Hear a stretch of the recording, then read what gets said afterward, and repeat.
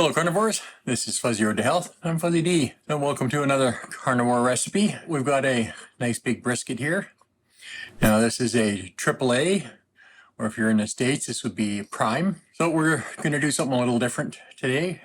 We're going to be wet brining this for a couple of weeks, but today we've got to do the trimming and that kind of thing.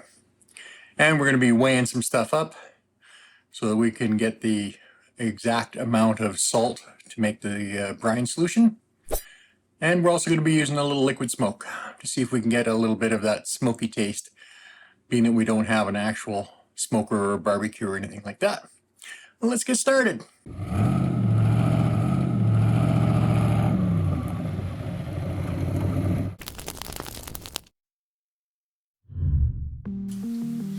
So here we're just opening up the package. It was vacuum sealed, of course. So now we're just going to do some trimming here. So the main idea is to get off the excess fat in areas where it just won't render during the cook.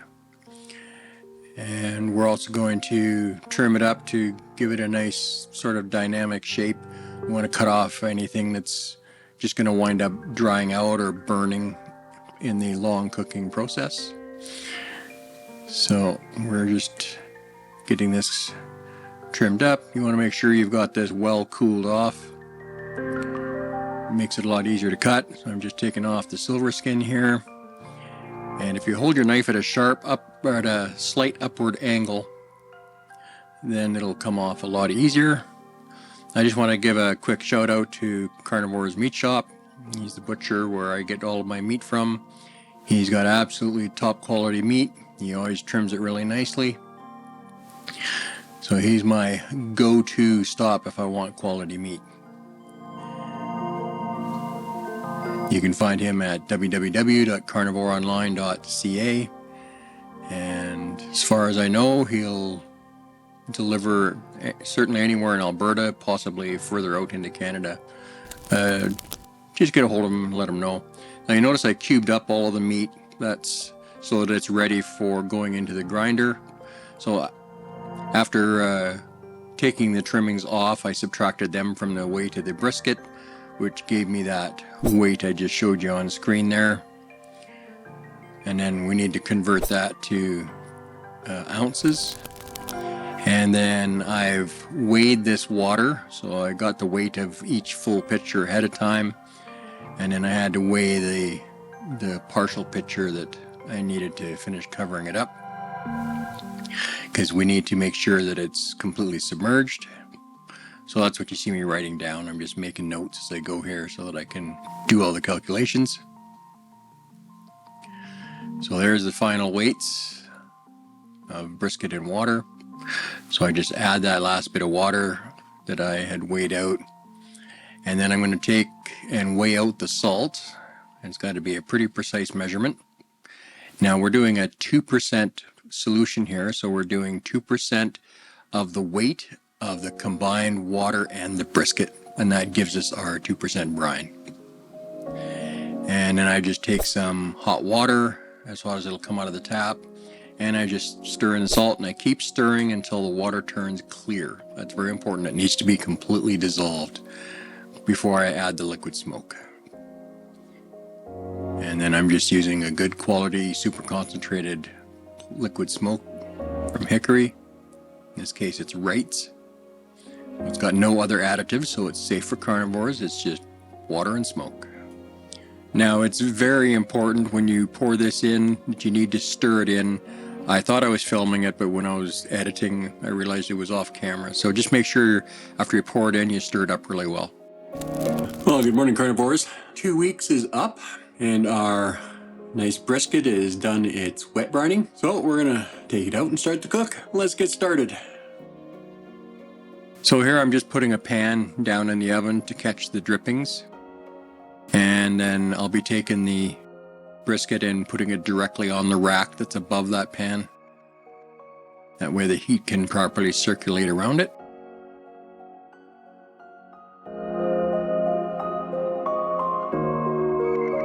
And we're just going to take some paper towel and we're going to pat this dry. just like if you're doing sous vide and wanting to sear something, it's very important to get as much moisture off it as you can, so that it's not trying to steam it. It'll change how it cooks. So we're going to be starting this off at 250 degrees. I usually start at 225, but I was just wanting to compensate for the fact that it had been soaked for so long in the fridge in the wet brine, so I thought I needed to try and cook it at a little higher heat.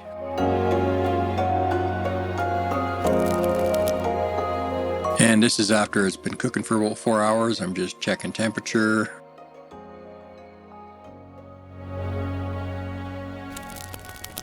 Basically 144 degrees. Now this is after it's gone through the stall. Now that first temperature reading was from right in the middle at 187. Now we're at 195 on the point. And the flat, unfortunately, got up to about 210. I should have actually wrapped the ends in tin foil to slow the cooking down once it came out of the stall. Here I've just taken some tallow and a little bit of bacon drippings, put it on the tin foil, and now we're just going to wrap it up. By the time I got to this, it was melted nicely from the heat of the oven coming through. So we're just going to wrap this up tight. Make sure none of the juices escape. That's why I've got so many layers here. And we're just going to seal it up as best we could. Now I probably could have gone with a little longer piece for this one right here, but it worked out okay, nothing leaked. Just carefully kind of folding everything over and wrapping it up.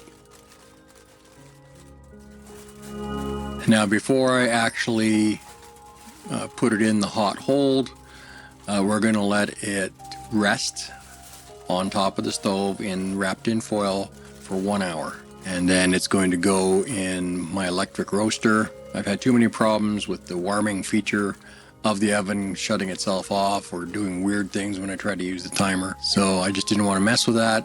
So I'm just using our electric roaster, which I can set at the 150 degrees for the hot hold.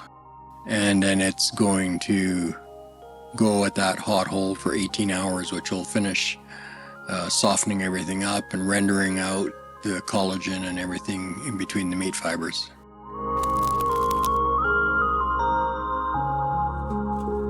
So it's done its 18 hours,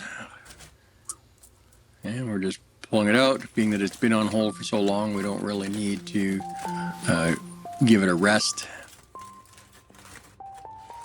Of course, I'm going to save as many of the juices as I can into the pan I've got it sitting in, and then as I cut it, we'll flip over the cut pieces and coat them in tallow so they don't oxidize. Although, to be honest, I forgot to do that with a couple of pieces when I was letting it just sit on the stove to cool down before putting it in the fridge, and I was eating while that was happening, and so I wound up with some oxidation on some of the pieces, but it still tastes darn good. It just doesn't look that great. Something that you're not seeing on camera of just how incredibly tender that is when it was hanging off the fork. It was just super soft. It was almost coming apart. Being that it got a lot higher temperature than I would have normally liked, I probably could have done a little shorter of a hot hold. You could see, as I just showed you there, lots of juices sitting there on the meat. It's very juicy, except for the one end of the flat there. It was a little dry.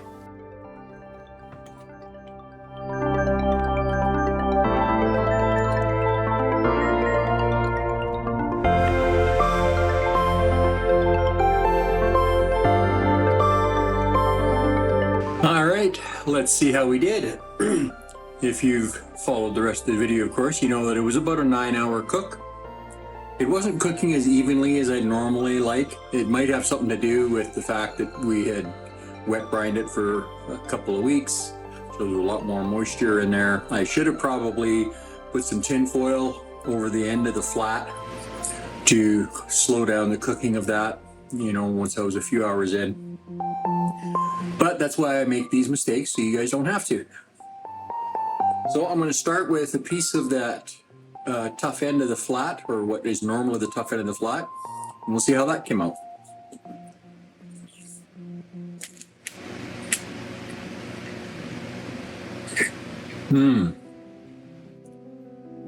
So it's a little bit pot roasty. Still got a nice flavor. It's definitely salty all the way through. Although it's not as strong of a salt flavor as I normally like, but you know, this has got to be so that my wife likes it too. So I think that 2% solution that I showed you how to make at the beginning of the video, I think is pretty good level. If you like it a lot saltier, you might want to go 2.5 or 3%. But I'm pretty happy with that. And the beautiful thing is that smoke flavor from the hickory, the liquid hickory smoke. Man, that's got a beautiful flavor in there. I used just the right amount, and that tastes incredible. Okay, let's try some from the other end of, you know, where the flat meets the point. We'll see how that came out. Oh man, this stuff is so tender. It just cut it apart with the fork. Now, some people like it to have a little bit more bite texture left in it. I like it so it kind of melts in my mouth. That's just my preference.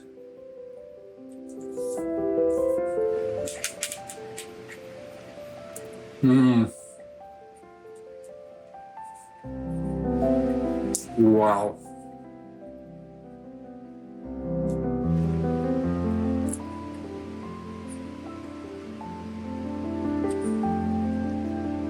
Oh, that is so good. Nice salt flavor all the way through. And of course that hickory smoke flavor. Oh, I absolutely love that. And that is so tender, so incredible. Now let's try a piece of that point.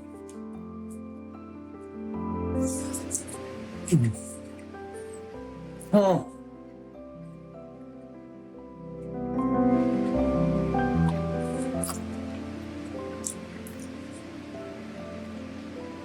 Uh-huh.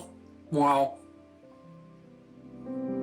Well, I gotta say, this is definitely, out of all the briskets I've cooked, which is, you know, this is only the third one, to be fair. But out of all the briskets I've cooked, this is by far the best. And I really enjoyed the other ones, but this is absolutely incredible. That wet brine method, you know, it's a little bit of work, and you know, your meat's sitting around for a couple of weeks in the fridge, but wow, is that worth it? And adding that smoke, you know, until I get an actual pellet grill or an offset smoker or a Kamado or something like that, which I can't have even at the new place we're moving to. This is the next best thing. This gives a smoky flavor that you just can't get. You know, obviously it's not going to match the taste of an offset smoked brisket, but it's pretty darn close. I am extremely pleased with this. It was just a couple days ago I was at a pig roast at a friend's place that they did. It was like a 24-hour whole pig cook in an offset smoker that they made themselves. And this has a very similar flavor as far as the smokiness. And this has got a little better saltiness all the way through. I'm extremely pleased with this. I highly recommend you doing it this way if you don't have an offset smoker or a pellet grill or something like that to do it on. If you're doing it in the oven, this is the ultimate method for doing a brisket. I absolutely love it. Now, if you enjoyed this video, it would really help us out if you did that like and subscribe and notification thing. It helps YouTube get this out to more people, and it would sure mean the world to me. I appreciate you hanging out with me today. We'll see you in the next video. Bye for now.